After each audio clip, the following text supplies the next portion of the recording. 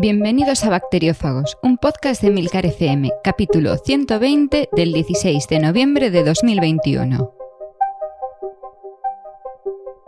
Muy buenas, yo soy Carmela García y esto es Bacteriófagos, un podcast de curiosidades biológicas y actualidad científica para todos los públicos. Hoy vamos a hablar, por petición de un oyente, de un tema más que recurrente en nuestras vidas. Porque al igual que todos nos hemos contagiado en algún momento con un virus que cause un resfriado, hay otros virus que están muy presentes. Y casi todos los que me estáis escuchando tenéis alguno de ellos en vuestro cuerpo, aunque quizá no seáis conscientes de ello. Estoy hablando de los herpes, virus que provocan varias enfermedades aparentemente distintas. En la familia de los herpes englobamos 8 virus diferentes, que luego se clasifican en subfamilias, pero que nosotros vamos a ir viendo de forma independiente. Todos ellos comparten unas características comunes. Son virus con doble cadena de ADN lineal y tienen un tamaño de hasta 200 nanómetros. Tienen una cápside icosaédrica, como otros muchos virus, y esa cápside está envuelta en una membrana con glicoproteínas, que le permiten unirse a las células receptoras. Esa membrana se fusiona con nuestras células, libera la cápside dentro. La cápside se lleva hacia el núcleo de la célula y el ADN se libera para entrar al núcleo por los poros nucleares. Allí ese ADN se vuelve circular y empieza la fiesta de las copias. Va a generar ARN, que luego dará lugar a proteínas ya fuera del núcleo, que darán lugar a nuevos virus. Esto es común a todos los herpesvirus, igual que es común su capacidad de mantenerse latente. Tras una infección inicial, que puede pasar más o menos desapercibida, aunque normalmente nos enteramos de que algo está pasando aunque no sepamos qué es, el virus se esconde en las neuronas, y una serie de factores puede hacer que reaparezca.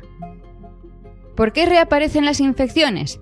Bueno, pues depende, y es que hay algunas diferencias entre diferentes tipos de herpes, pero hay factores comunes, como el estrés o la fiebre.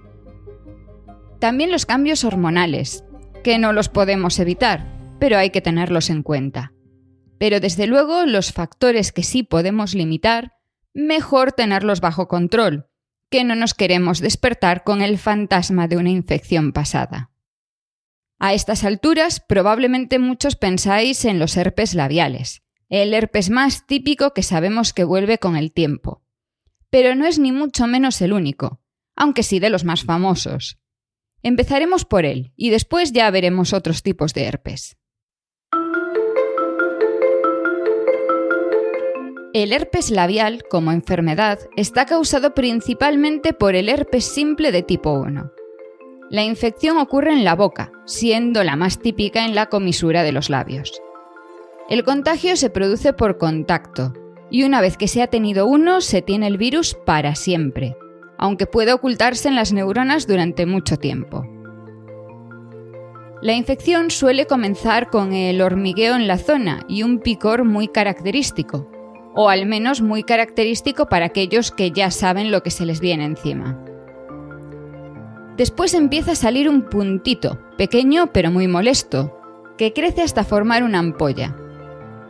La ampolla puede ser una o pueden ser varias, dependiendo de la extensión, y es imprescindible no tocarla, para evitar que salgan más, por ejemplo, en el lado opuesto del labio.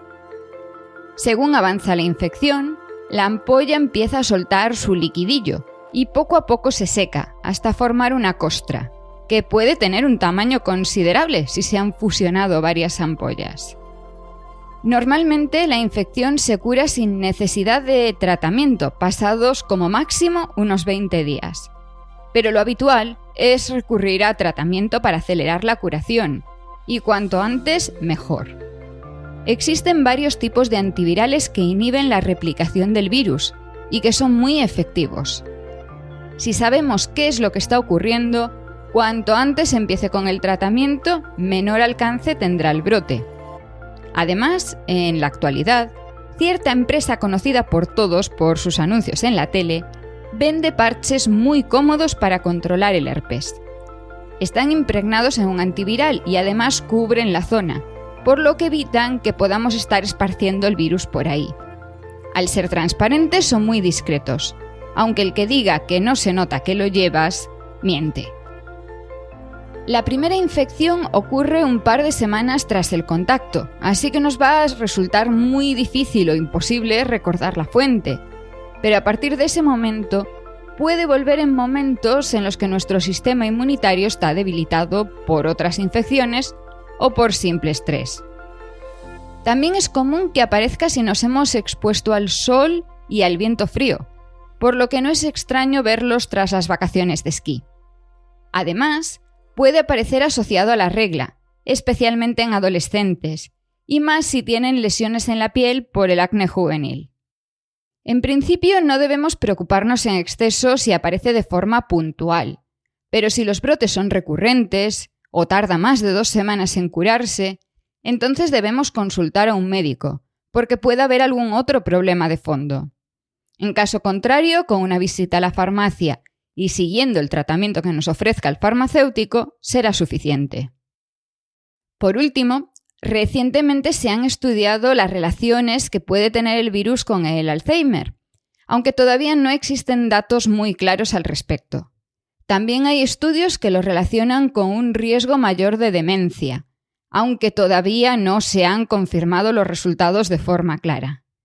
En cualquier caso, siempre podremos llevar una vida sana que evite dicho incremento de riesgo y que no se vaya a transformar en una certeza, ya que hay otros muchos factores con un peso mayor.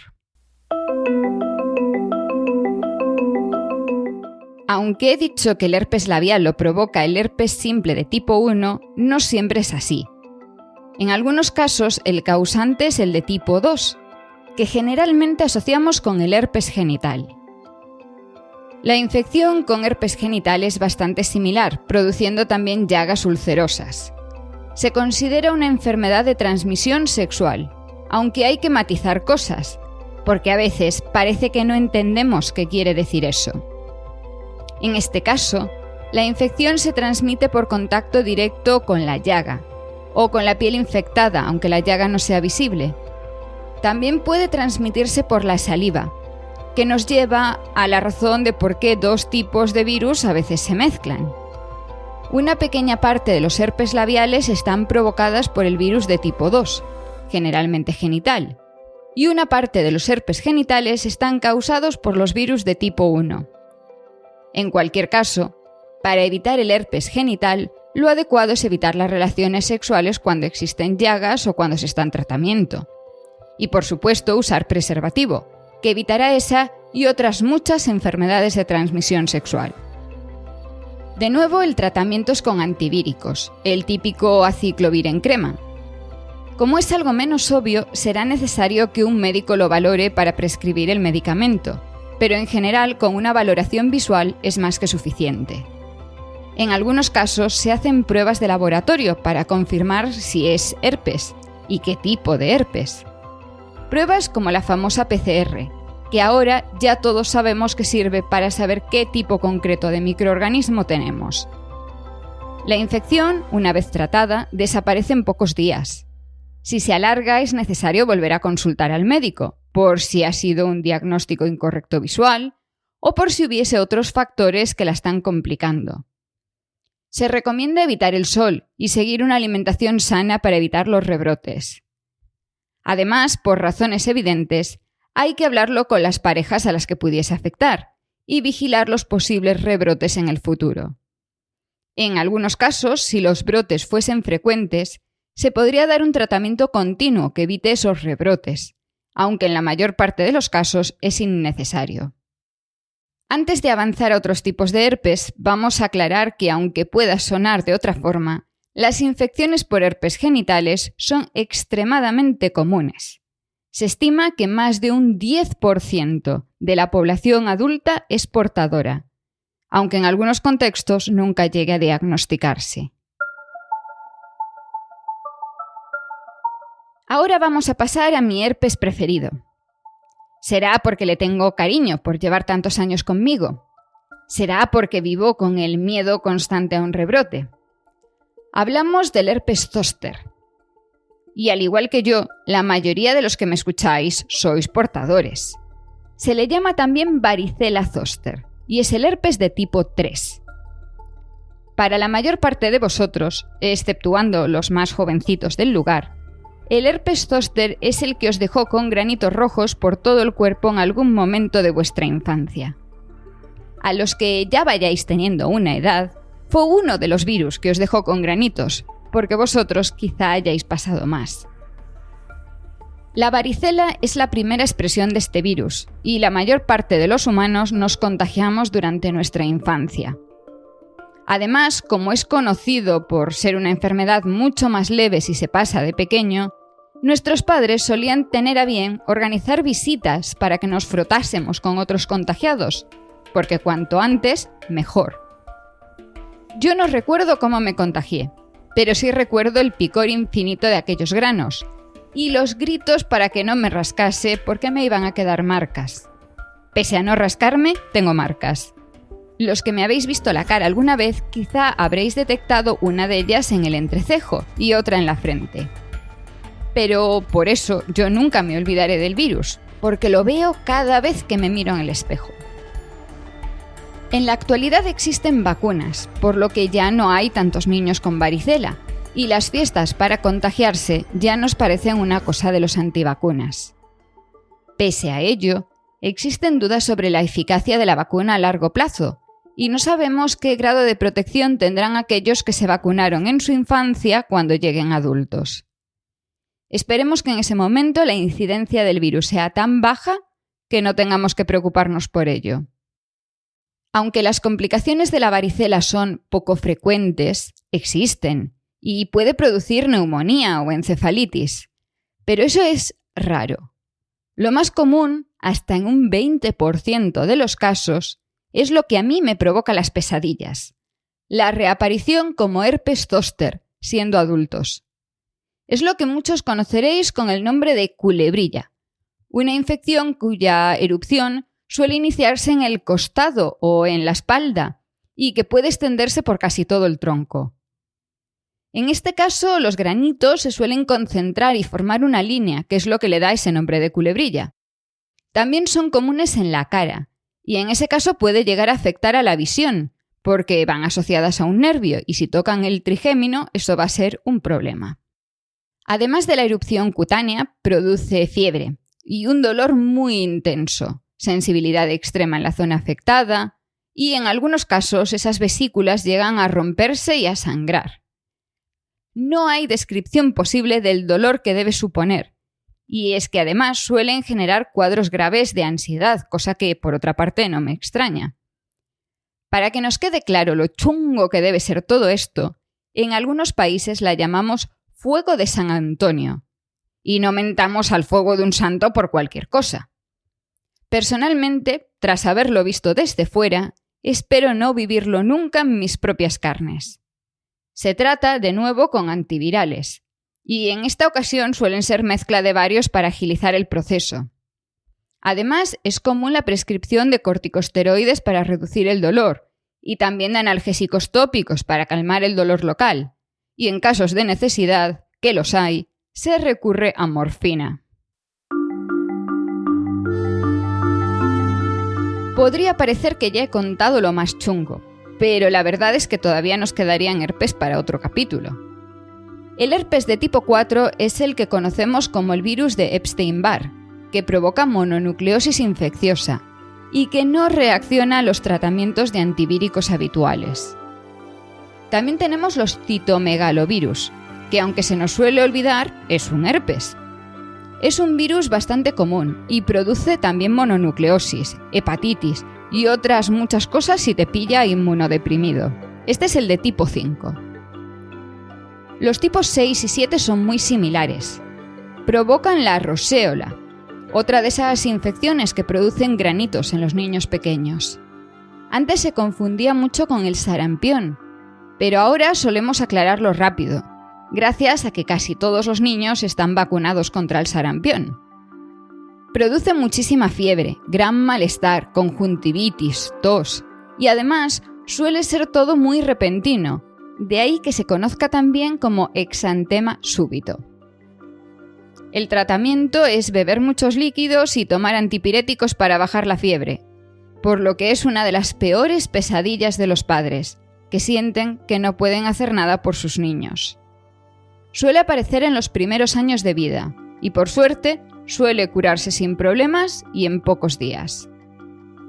Por último, el herpes de tipo 8 produce el sarcoma de Kaposi, enfermedad que saltó a la fama por detectarse en muchos pacientes con VIH, pero que realmente ya se conocía de antes. No es muy común y presenta síntomas muy variados, dependiendo de la forma en la que se presente. La última forma, la más reciente, fue aquella que empezó a aparecer en una serie de varones en California, y al estudiar todos los casos y ver lo extraño de sus perfiles, se concluyó que su sarcoma de Kaposi se había desarrollado como consecuencia de sufrir un síndrome de inmunodeficiencia adquirida, o SIDA, que poco después se descubrió que era causado por otro virus, el VIH.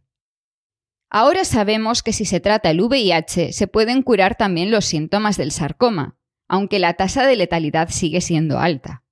Por suerte, sabemos que si el tratamiento con antirretrovirales se hace antes, ni aparecerá el sarcoma ni ninguno de los otros herpes que podrían aprovecharse de la inmunodepresión.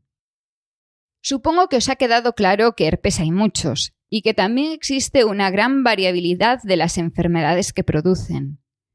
Aunque yo ya había tocado algún herpes en el pasado, creo que iba tocando volver a traerlos aquí y ponerlos así todos juntos. Al igual que los 8 virus son parecidos, lo que podemos hacer para evitarlos también tiene muchas similitudes.